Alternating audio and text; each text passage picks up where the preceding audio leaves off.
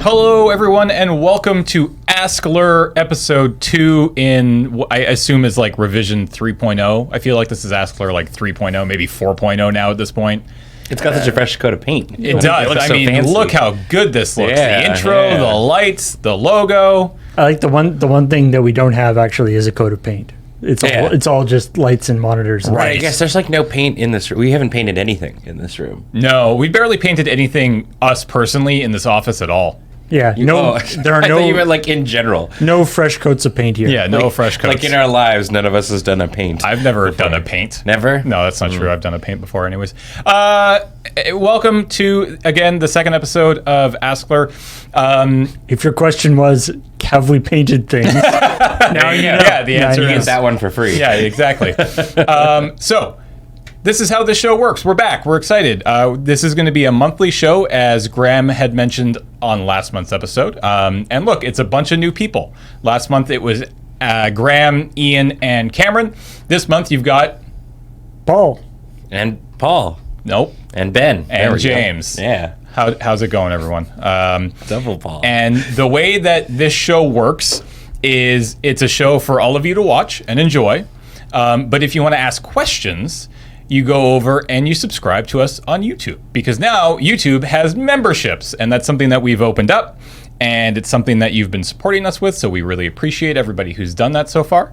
And yeah, YouTube is like, you can do memberships now, but you kind of have to do content for your members. And we're like, okay, how about you get to ask the questions, but everybody still gets to watch the video, because we're very much against gating our content. We don't like doing that. Yeah. So we figured we'd just be gatekeepers to the questions, which we already are anyways, because it's not like we can't answer all of your questions, so we already have to pick and choose. Right, yeah, we just choose the questions we want to answer. Yeah, the ones that make us look the best. At least so we have answers Yes. too, you know. Starting with the first question. Hey, how are you guys? Feeling well? You look tight as hell. All right. Y'all have a good one. That's from Drambo. This is the kind of hard-hitting Yeah, I want... So questions that we want. Heather was kind enough. By the way, when you do ask questions, there'll be a post on the community tab. So keep an eye on that if you are a member, and you'll be able to ask questions for next month. I saw this one, and I was like, this is a perfect question to start on, because It's definitely one I can answer. yeah, I'm doing good. I'm doing good. I slept in today. Nice. Nice. Yeah. I had a Subway sandwich. I had some tacos. Ooh. Yeah. Yeah, You got a new phone. I got a new phone, and I got a haircut and a beard trim this morning, so Damn, I'm I did- looking I'm fresh. feeling Hey, tight as hell. Tight as hell. I yeah. did that yesterday. You also it was got great. you also got a free tablet computer with that phone. That's true. I got a new phone, and they were like, "We have these Samsung tabs. We got a whole room back here. Could you take one?" Please, God. And I was like, "I guess I'll have one." What And kind of they're phone did you get? I got the iPhone 11, Nice. which is a pretty good upgrade from my iPhone 6. Ooh, yeah. That's a 5-phone upgrade, I guess. Skip a couple gens. Yeah. So I'm anticipating massive speed increases. I think you will find them. All right, there we go. We're all warmed up. Like, We're loosey-goosey. Sure. Yeah. It's yeah, like feeling fresh. Yeah, feeling fresh, feeling tight. Let's get to the hard-hitting questions. You said feeling loose and then feeling tight. I don't know. I look tight, feel loose. Anyways, Daniel asks, if you were a planeswalker, which MTG plane would you like to visit for a vacation?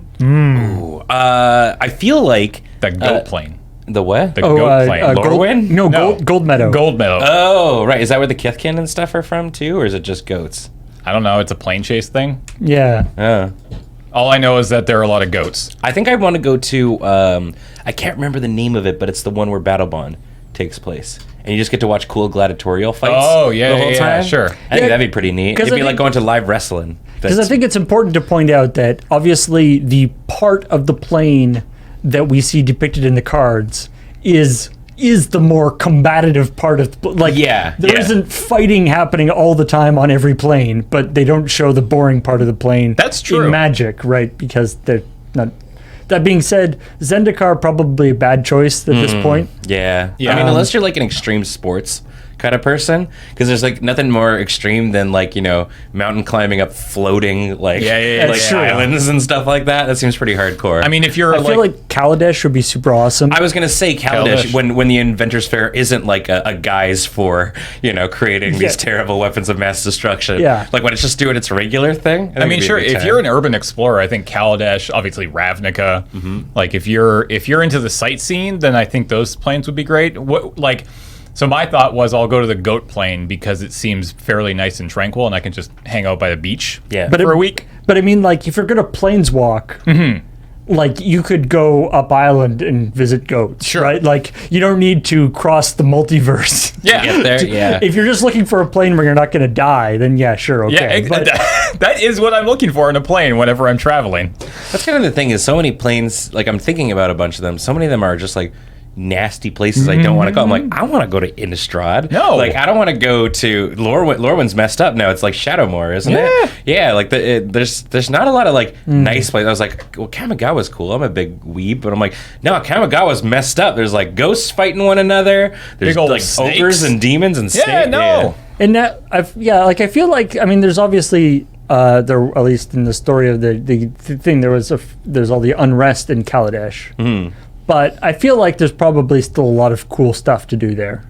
Oh, for sure. And that's the thing, right? Yeah. It seems like we're in like a more recent trend of going to places, some bad thing is happening there, but otherwise, they're generally pretty cool places to be. Yeah. You know, Ravnica, Dominaria, Kaladesh, like all these kind of ones are like cool to hang out on. Ixalan's like probably not the greatest. Also, you can't leave. So. Yeah, you can't. Well, I think they fixed it. Kind of a one-way thing. They got rid of the Immortal Sun. That's on Ravnica now.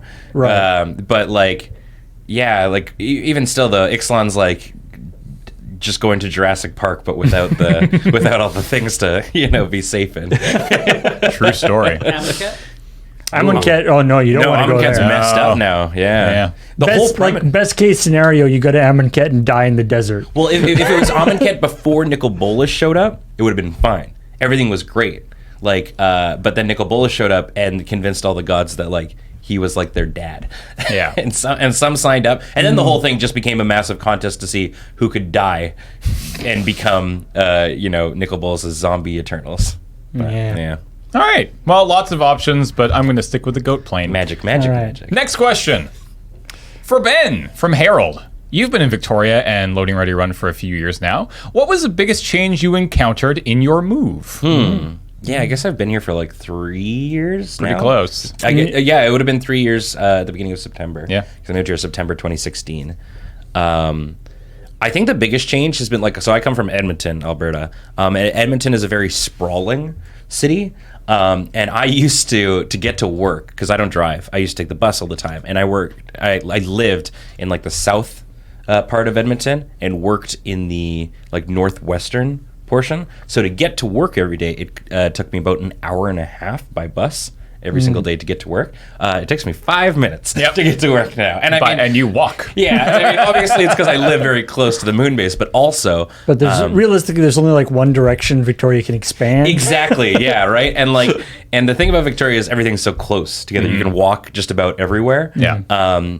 But that has like this bad effect on me, because before I would have been like, hour and a half, that's just how it is in Edmonton. You got to travel long distances for things. I used to date somebody who lived in St. Albert, which was about an hour outside the city.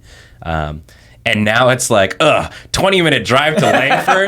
Like, no, I'm not about that. Like, Honey, this is not going to work. You live in Langford. I live. It's like we're in different worlds. Yeah. The only reason that Nicole and I worked out as somebody who, she lived in Langford is because she moved into my place downtown.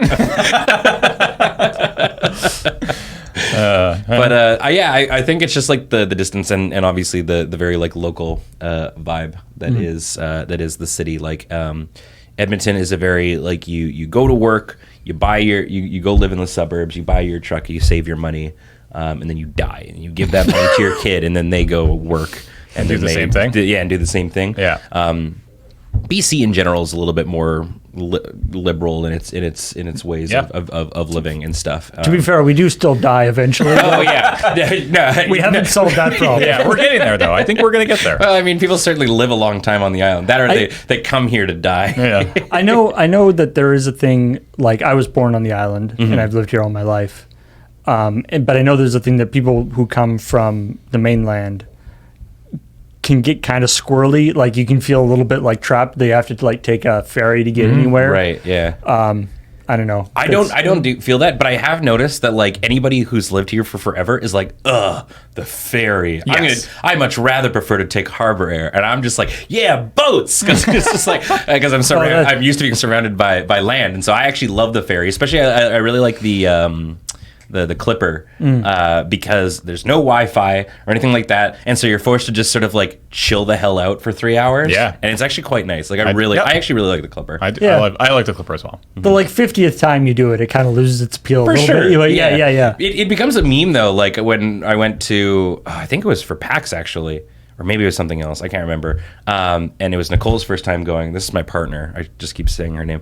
And she had never ridden it before. And then like we stopped about like 10 minutes outside of Victoria, like leaving. And she's like, "Oh, is everything okay?" We're like, "Nah, it's the stick. There's always a stick caught in the jets every single time you take the ferry." And then it's like within 2 minutes, the person was like, "We need to take a break. We've got a stick caught in the jets," and everyone's like, "Yeah, all right." She's like, "Whoa, God!" But yeah, so I'm very happy. Stop Moving here was the throwing best decision. sticks overboard. Yeah. Whenever more you throw sticks. a stick into the harbor, you're the worst. Yeah. All right. Next question is for Paul from the Anti-Muffin. I've noticed we have similar tastes in music, strong vocals, and interesting lyrics. Do you have any less well-known musical groups to recommend? Less well known. Yeah. Geez. Let me just. I mean, I think we talk about this a lot on like at like Desert Bus and stuff. We usually talk.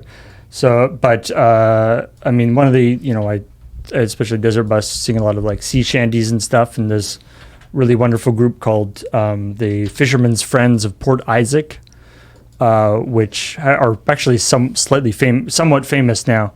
But they're if you get especially their early stuff where it's just a bunch of them singing with no accompaniment, it's very it's all the great sort of traditional sea shanty stuff. And then actually someone who I sang a couple songs last Desert Bus is a local folk singer named of Bill Gallagher, and he's really I really like his stuff. But yeah, I was thinking like the first day it's like the first thing I thought of when it was like interesting lyrics and stuff. I was like, oh, They Might Be Giants, but of course those aren't. They're not lesser known. This underground band you might not have heard of before. Yeah. But if you haven't listened to a bunch of their stuff, You should. then you should be listening to They Might Be Giants. But yeah, I don't know. You Cool. guys, I guess this was for me. Yeah, this is specifically for you. I can't think Nobody cares about your music. No, my music is terrible. We don't listen to music actually, James or I. No. Yeah. You I guys just- probably listen to way more music than I do, actually. It's probably true. It might be true. But it's very different music, and they were asking me about a specific type, so it's good that you were here. Next question. Hey, Ben. How did you get involved with Lur? I've answered this question a lot, but I'm glad we're recording it. Yeah, exactly. Yeah, It's a you can good point place to it. to We can just yeah. point to it now Yeah. from now on. Okay, well, so, I mean, this isn't really the time to short form it, so I'll tell the medium length version. A long time ago, 16-year-old Ben went to a convention in Calgary, Alberta. It was an anime convention, and there was a group by the name of Synaptic Chaos Theater performing there. And I was a big fan of them because I had been following them since they were in a group called the 404s, a bunch of them. Oh man, you were like a groupie for the. Very much so, yeah. And so I went to Calgary, and if you haven't picked up, this is a group that Beej, Ian, Heather, and Corey were a part of. I became friends with a member of them called, his name is Will, and because he had actually just moved to Edmonton. And he was doing kind of his own improv thing, and so I did some stuff with him, just sort of like random practices and him You teaching didn't me really stuff. have any improv experience. I at didn't this point, actually, no? You not just- really. Like I had a decent amount of acting experience because I went to a school for the arts, Victoria School for Performing and Visual Arts. It's confusing. It is. Oh yeah, Victoria School in Edmonton. I know. I was destined. I actually went for graphic design, but I did a fair bit of like backstage stuff there. nice. Anyway, so I became friends with Will. We did a bunch of improv stuff, and then Beej. They were doing a show in Edmonton, and a bunch of members couldn't make it to it, and so Will was like, "Hey, I know this guy.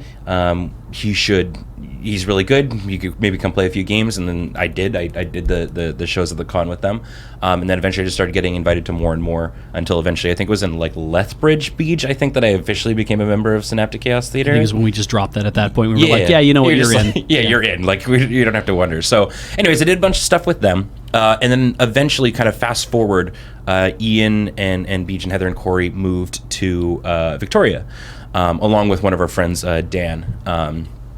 And so this was around the time that they were getting more and more involved with Lure and Desert Bus and stuff like that. And I don't know the exact way the conversation went down. I only just know how it kind of happened. But I guess Desert Bus was looking for more people to do tech kind of stuff and somebody who would potentially be comfortable like being on camera and entertaining and stuff. And Ian was kind of like, we know a guy, and the guy was me. And so I at the time was unable to actually do it because I was managing an EB Games, and Desert Bus is in November. So many members of Loading Ready Run, previous EB games. people. Yeah, You don't want to give up a plum gig like that. Yeah. Well, and like, so I was like, hey, I want to go do this charity event in November. And they were like, no, you can't, because that's prime Christmas season. Yeah. And I was like, it's the first week of November. And they're like, that's prime Christmas season. And I was like, well, I really want to do this. And I was like, hamming and hawing kind of about like if I was going to do it, I would quit my job. So I quit my job and came and did Desert Bus. And I didn't tell anybody this because everyone was like, if you let Kathleen know that you quit your job to come do Desert Bus, she will like not be happy. So I didn't. And she still doesn't know. And she still doesn't know. Don't tell her. Yeah. Anyways, I came into Desert Bus. Things went relatively well, I think. I had a lot of fun. You were Desert Bus- primarily Desert Bus doing 9, right? tech stuff. Yes, right? that was Desert Bus 9. Yeah, I was doing tech stuff. But then that was also like, I think one of the first things I ever got asked to do after only knowing people for like maybe a couple of days was like roast everybody in the room. I think that was my first thing that I ever like performed. challenge, yeah. I do not and remember this. Yeah. All right. I think you asked me to do it. But then I did the first ever, I did my first ever like jokes on the Planeswalkers back Right. then. Yeah. Zippo Tricks was like the 10th year that I got asked to do it, and that was kind of the peak, and my career's downhill from there. But You didn't anyways, play Magic at that point either, right? I played very little, not to the extent I do now. I was like, cool Merfolk deck, and it was like Theros Merfolk that weren't actually really good. Anyways, to sort of sum it up, James and a bunch of people, I mean, Ian and Corey and Beej and Heather had been telling me, like, you should move to Victoria. Like, No, I did not. You did not. I You literally never did. said you should not move out here. It's expensive as hell. Right, yes, yeah. But Ian and Corey were very much like His Ben true moved here. friends. Yeah. And James was also like, yeah, so when are you moving out here? And like, yeah. And that was like only knowing me for like 2 weeks or whatever. So at the time I did have an also backup job where I was working as a tech person in hotels. And I just sort of went like, hey, can I transfer to the Empress Hotel? They have hotels in Victoria. Yeah, right. And so I managed to get a part-time job there. And so while simultaneously doing part-time stuff, and I asked like if I moved out there, would I be able to do some stuff with Lure? And Graham seemed amenable to that, like little random things. We were like, don't just move out here just to for work us, with Lure, but- right? So I yeah. did. I found my own place, or I found a place with a friend. Worked part-time at the Empress Hotel here in town, and did like random odd like boom holding stuff with Lure. And I think my first real break into it was Alex asked me to be on the Let's Nope with him, and then sort of from there I just started getting more and more involved in things until I became this. And Sick. That's sort of that's the medium-sized version, I guess. Maybe a little bit medium to long, but there you go. I've Cool. elaborated. I remember, I think it was like Desert Bus like 11 or something. We were when there was like something with the back end, the tech stuff where we like needed another person. And I remember, I think I was like to Ian or something. I was like, "Oh, hey, how about that? Your friend who like came in and helped us with the tech before. Maybe we could get him again." He was like, "That was Ben." Oh, well, he's already here. Okay, then we solved that problem. Still have a problem. I'm but glad I left a whatever. lasting impression. I originally thought, because I remember thinking that you were friends with Johnny somehow. No, And that's why you were here. No, it was But like my interaction with Johnny was literally getting off the Yeah. plane, Ian driving me to the venue, Yeah. and then Johnny being like, "Hey, it's nice to meet you. Can you do this?" And I'm like, "Sure, yeah, all right." I hadn't even like unpacked or anything. I think it was like the year before. Johnny did have a friend that came down and helped out with audio or something. I think so. And and just then getting in the our two minds, it got conflated. like Yeah. Conflated? got Yeah. connected. Yeah. Yeah. All right, next question. We've got one from Rachel. What is one game you love but haven't gotten to play on stream that you would want to someday? Video game or board game? So there's games that I love that I would never want to stream. Yes. Yeah, that's Yeah. But games that you would like to stream but haven't gotten an opportunity. Honestly, being able to, and I haven't done it very much. I only did like 3 or 4 streams, and this is very recently, with it, like within the last month. Being able to stream WoW Classic, like this version of this game that I played before streaming was even a thing, was pretty neat. Like I thought it was really fun. You're in luck. You're going to get as much time to stream. Yeah, as you want. we're gonna do a little bit more, but I think taking this hugely important game to me from almost 15 years ago, when streaming wasn't even a thing, when LoadingReadyRun was barely a thing, and sort of marrying it together with what I do now was super cool. I thought I had a lot of fun. So honestly, I don't think there's another game right now that I can think of, either video or board, that I haven't played on stream but I really want to. There are certain games that I love that I will never stream, just because, or at least I would never stream like my initial playthrough. Like Uncharted is one of my favorite game series of all time. If Uncharted 5 ever comes out, fingers crossed, I would not even remotely consider streaming that for the first time on stream, because I just want to sit in my home and experience that for myself. So either of you guys have anything? Yeah, I was just like the games that wouldn't stream. Like I've been playing Celeste at home. A lot of fun. I don't think it would be a very good stream because I've died like 3,000 times. Yeah, the game's a lot of fun. But there's some games that I've thought about in almost sort of a like maybe something that I would do is maybe like a guest talking sim thing, like games that I would like to talk about and sort of stream them as things, especially some of the early Cyan, like the I've thought about trying to do something with like the Manhole, which is an old Cyan. It was sort of a precursor to Myst. Oh, by the same company, but it's a one of these games that's very interesting to look at as sort of as it's like, oh, that's where that comes from. That's where these things, and so I find those kind of games to be really interesting. And so some stuff like that where it's not necessarily the most, I guess, exciting thing, but it's sort of games that have some sort of personal connection. Ben? Yeah, I mean, I'm on the same sort of fence as you for one. Like, there's no game that I've put more time into than World of Warcraft. But I have yet to ever actually stream it ever on my own channel. And people have asked me about it, and it kind of continues to be the game that I just want to keep for myself. I would love to just be a World of Warcraft streamer in the way that, like, Serge was like a Minecraft streamer and stuff. Yeah.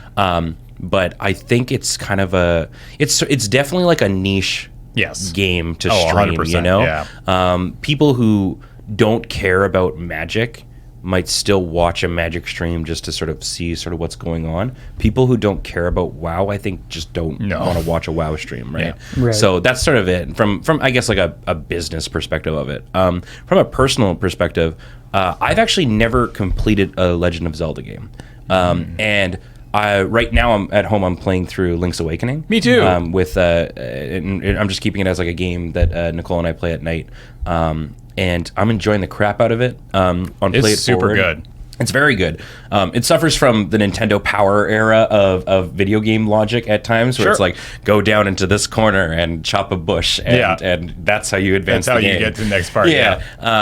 But we're also playing Four Swords on Play It Forward, and I'm having a great time. And so I guess kind of part of me would just actually like to, because I also haven't played Breath of the Wild. Like I'd actually just like to go through the entire catalog of Zelda that'd games. be a lot. It'd be a lot, right? But you could do a year of Zelda streaming easily. That's it, right? It's like I would love to go through that, but I don't think I have the patience and the drive to want to do that, because I did that for Kingdom Hearts already, and damn, did that take a long time. Yeah. So, yeah. All right. Next question. Moving along. Ellisir, do you have a particularly favorite indie game dev? Mine is probably Knucklecracker, the Creepy World series, and Particle Fleet Emergence. Also, CW4 hype. No date yet on it though. So yes, the Knucklecracker I'm also a huge fan of. I've streamed both of those games on our channel, and I am also excited about Creeper World 4, which is what that was talking about. Yeah. But yeah, other indie devs that you sort of follow closely, I guess. I like Chucklefish. I think Chucklefish is really good. Like, they put out like a number of really cool indie titles. I know there's certain. I wouldn't say that I like follow certain indie devs that much, but there are definitely, like, I know you sometimes like people like Cappy.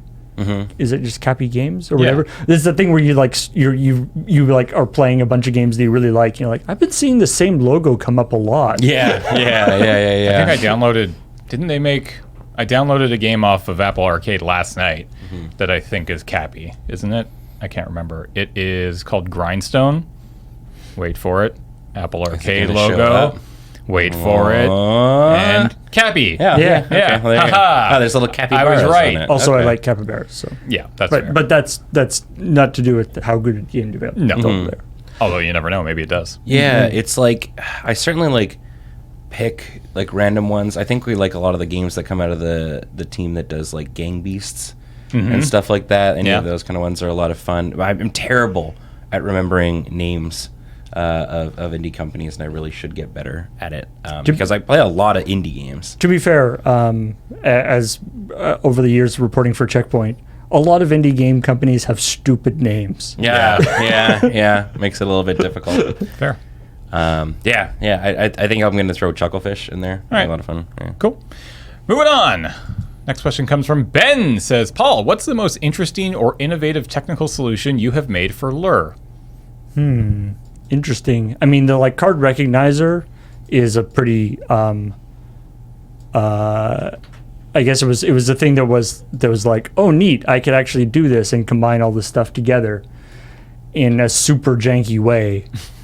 And then actually, and then that sort of led to talking to the actual people who developed the software to adjust the software so it worked better for what I was doing. Right. Because originally the way the card recognizer worked is whenever it recognized the card, it checks to see how much that card costs, like the price. Yeah. And so my system would actually intercept the request for a price for that card and get the ID of the card from that request and use that to put the thing. And I was telling this to the developers, and he's like, "Oh yeah, wow, that is really messed up." No, we could like easily put a thing in to make it so that would work better for you. And I was like, "Yes, thank you." So, and that's definitely the thing that people look at the most in terms of stuff that is used the most. I'm pretty happy with how the sort of overlay setup has worked over the years. It's one of those things that has been basically under constant development for about as long as we've been About 5 streaming. or 6 years now, yeah. And whenever we do a new game or a new stuff for AFK or whatever, be like, oh, can we do it like this? Can we do this extra thing? And then so the code is scary right now, but it allows us to. I think it's a large portion of what allows us to do the kind of stuff that we do is being able to sort of adapt quickly to new games and new setups. So Cool. That's probably the stuff that I'm most interested in. Yeah, I appreciate all like the little apps that you make for AFK and stuff that translate to the overlay and stuff. They're very helpful. Yeah. It's all about trying to like make things work. You make things as simple as possible for the people on camera and also on the tech side. Yeah, definitely. Cool. All right. Next question comes from John. Says, what is your daily routine for your sweet beards? Beard oil, creams, or just a daily washing? I mean, they knew who the people. Yeah, on the exactly. panel were. I have zero. I don't do anything. I just wake I up. wake this way. up Yeah. and I get in the shower and I wash my face and I use my face wash on my beard, and then I'm done. See that by And itself. then sometimes though, I brush. See, that by itself though is actually like there's a large contingent of people are like whether you should wash your beard when you wash your hair and that kind of stuff. Yes. I am of the opinion that you should. Yeah, well, yes, please, God, wash your beard. Oh man, please. I mean, I'm kind of similar in that, like, I don't think you should daily wash it, much like you shouldn't like daily wash your hair. Like, I mean, there are like nice like ones that you can use daily and stuff, but I think like getting a little bit of the oils and whatnot is still sort of important to it. I have a beard balm and stuff that I kind of like throw on. It's just like you feel Like as a hold for it. Yes, yeah. Like to get it from less, so it's not as frizzy, and stuff. Yeah. It's not And a then bad idea. I do that whenever, like, I got my beard trimmed the other day, so it's fine right now. But like in a few weeks, it'll get a lot more frizzy, and either I'm lazy and beard balm, or I'm proactive and trim. Yeah, if I have like the extra bit of time too, I'll I like to blow dry my hair and stuff like that. So Yes, I'll like blow dry the beard down. I do that. And then blow dry the hair. I blow dry my hair and beard Yeah. every day. And that's sort of the routine, I guess, for me. Paul? Yeah. I have beard oil that I use occasionally. I'm sort of not totally sold on whether it actually makes that much difference. Well, but it smells nice, which I kind of like. Yeah, that's fair. Because beard oil is not for your beard, right? 'Cause it's for your skin. Yeah. Underneath the beard, Yeah. right? Yeah. But just in terms of like, and the other thing I like about the beard oil is I tend to play with my beard a bit, and so if I have the beard oil in it, it makes me less inclined to play with it. yeah. But I like I said at the beginning, I just got to trim this morning, and I find that usually like when I get my haircut, I get them to do that as well. Something I realized that I have a lot of problems with is when I'm trimming my beard myself. It's easy to sort of trim the sides and stuff, but the three-dimensionality of it, and so if I'm not paying attention, I tend to like right here gets really long. Yeah. Because I can't really see it. Yeah. Very similar. But and then of course once you get to the point where you start like eating your own beard, that's never good. No, I hate that.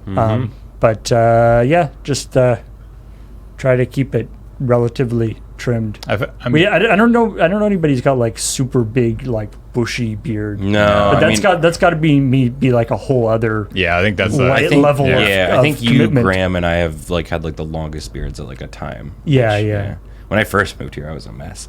I've had I'm coming up on 2 years with a beard now. Yeah. I mean, Ian's got a pretty long beard. Right, now, I guess but- he's got the longest. He got a long, but it's yeah. like the longest goatee. Yeah. Because it's about here, I would say. Once on it now, it's probably starts pretty long. interfering with the microphones, then I have a problem. Then with it. I'm just going to come in with some scissors and be like, Just "Whoop." Sorry, buddy. All right, next question is from the coolest. Has there ever been a crap shot sketch idea that got scrapped mid-production? If so, what was it about, and would you try to shoot it again if you had the chance? We've certainly been like, this one's not coming together, but Yeah, it might come to mind. I don't think we've ever stopped filming something. Yeah, because it wasn't going to work. I mean, with sketches, it will almost always be like we'll write the script. Yes. So there's been lots of I've got piles and piles of half-written scripts that I realized partway through don't work. Right. Or I don't have an idea, or like I only have the first part of the idea and it doesn't turn out to be anything. But that's sort of before the production starts. I mean, a lot of stuff that we do halfway through ends up molding depending on like the time of the day and what we have time for and stuff. So I've noticed that sometimes we'll be like there was one actually, it's come to mind. We were trying to do like the Warriors, yeah, or something like that. Yep. And we needed it to be dark. And we just couldn't find a good time to film it. Or did we end up getting? No, a good time we never to film did. It? No, because we kept trying to do it. We were trying to film it this summer, and our options were either shoot it very early in the morning or very late at night, and it was never really workable with our schedule, because by the time we were like, we get together during the day and work, right, as a group on filming days for crap shots. Our normal crap shot filming day is something like 10 a.m. to like 4 we almost or 5. do a 9 to 5, yeah. On those days, yeah. Days, And it was just like, okay, well now we got 4 hours until we can shoot this, so we're just not going to shoot this because it's been the pretty standard tradition for the 15 years or 16 years or whatever the Loading Ready Run has been going, that we come up with all our ideas that we want to shoot at night during the summer. Yes. And then any ideas that we need daylight to shoot, we come up with during the winter. Yeah.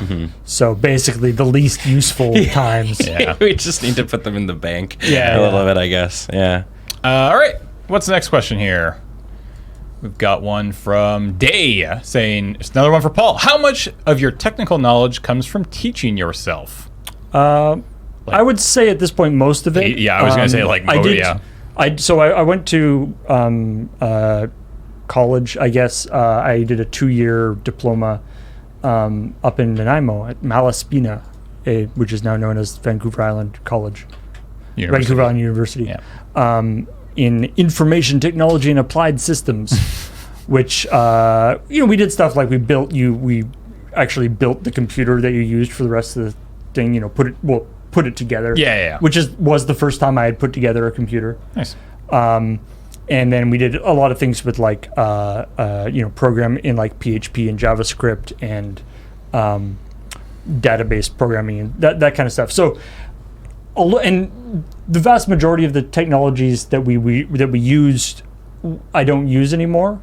For instance, at one point, I think it's expired now, but at one point I was a Microsoft certified professional in Windows 2000. Oh. Which is not a good thing. That was like, by the time I even had that, Windows XP was out and better. But but it was one of those, I think they did a really good job, this course in particular that I did a good job of knowing that the stuff you're going to learn in this course in the kind of high-tech field is going to expire.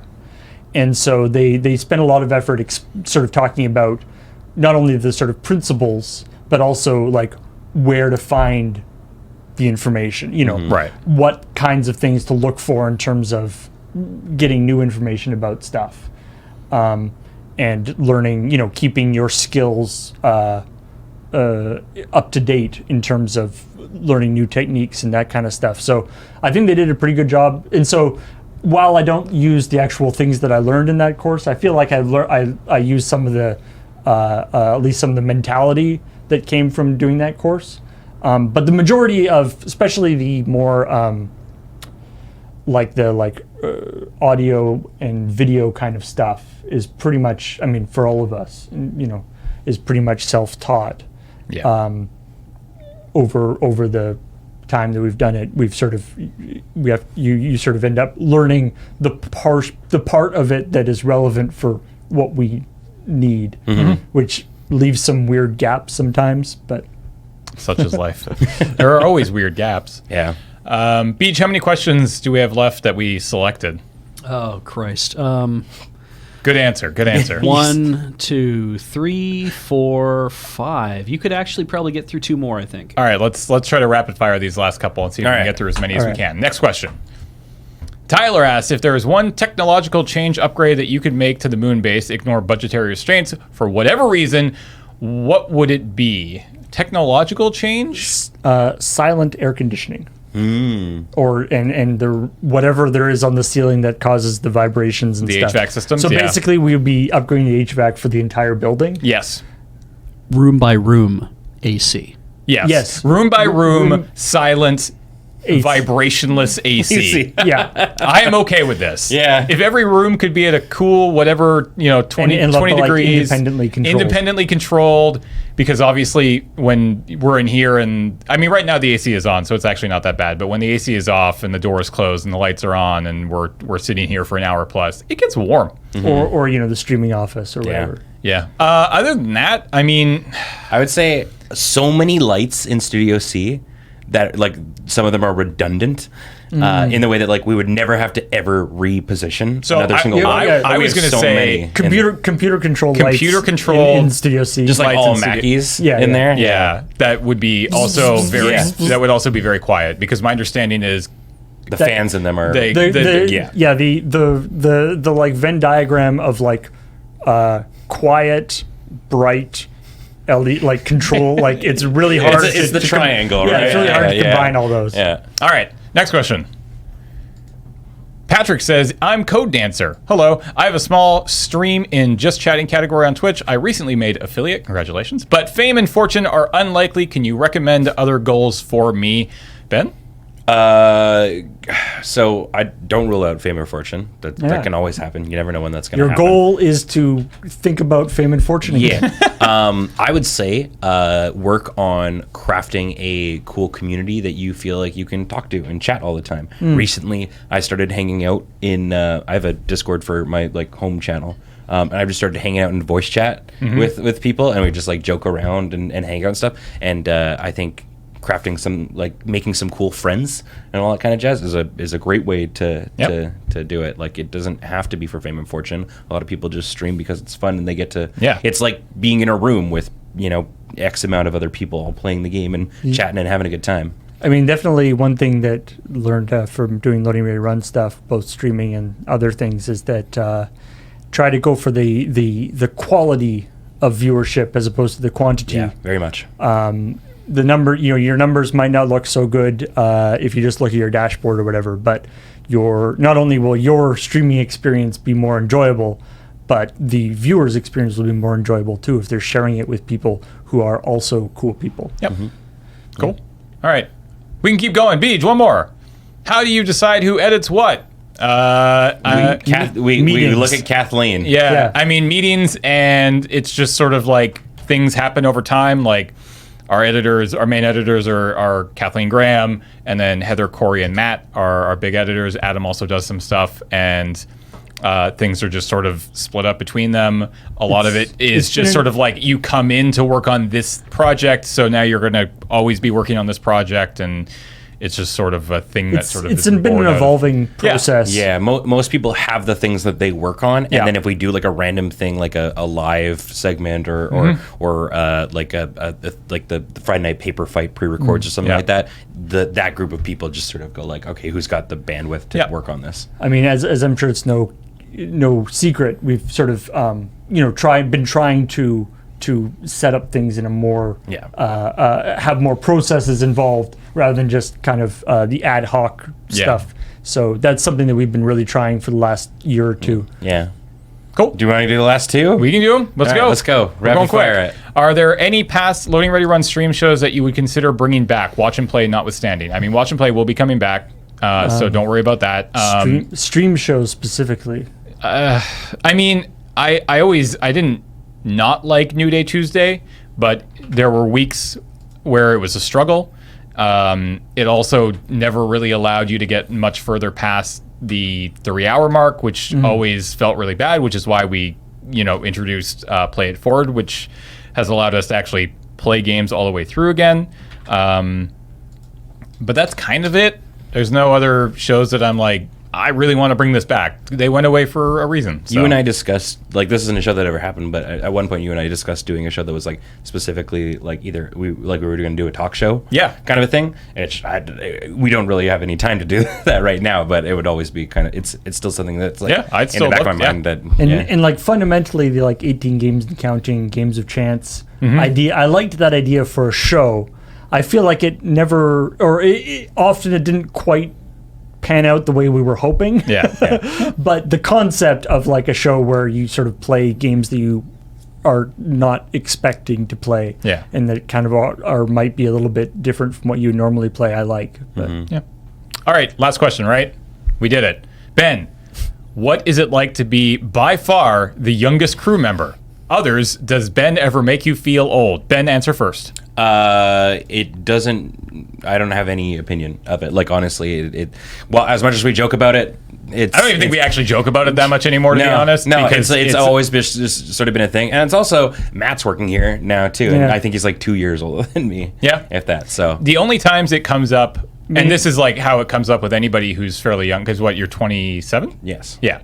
So it's at times when you just it's when you make me aware of how young you are by saying something like, I played World of Warcraft when I was in high school. Yeah. Like, that's like, oh God. Yeah. Or like some random pop culture reference. Yeah. You're like, what? You didn't watch that when you were a kid? It's like, But no, like- no. I Well, was not that's the thing, alive right? at Is that like I time. think about it, like a lot of like early 2000s, late 90s cartoons were like all I watched, right? Yeah. And then like so there are certain ones that I was just like, oh, you remember this? And like I'll get a lot of like blank stares, but like there'll be a lot of references that you guys make from your growing up thing that I'll just kind of be like, kind of thing, Yeah. right? So those are the only points. But other than And it's that, just like, yeah. It's oh, like, that is, I remember that. well, I mean that's the face that I give Ian and Beej half the time when they make any form. Oh of yeah, but references. they're like That's- super old.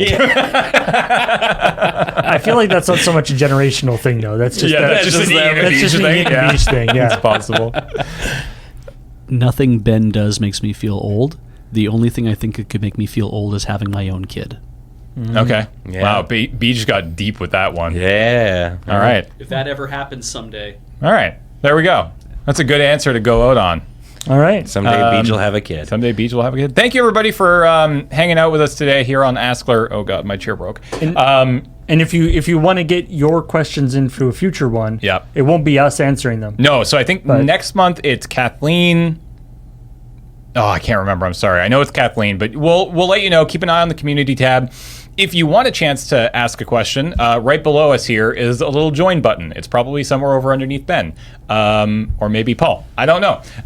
You can hit it, and you can give us a little bit of money every month, and then you get to ask questions. You get like emotes and you get emotes in comments, and the good feeling of supporting us via the YouTubes. And and people ask, of course, what way? There's the Patreon and there's the Twitch subs and YouTube and it's really whatever way you want. You do whatever it. way is easiest for you. If you're already on YouTube and that's how you consume the content, that's awesome. If you want to do it through Patreon or want to do it through Twitch or bits or whatever, we're more than happy to take your money in whatever form. No matter what way you want to give us your money, we will graciously accept take it. Yeah. All right, so for Ben and for Paul, I'm James. Beej is over on the board. Heather edits these things. Thank you so much for watching. We'll see you next month on askLRR. Bye.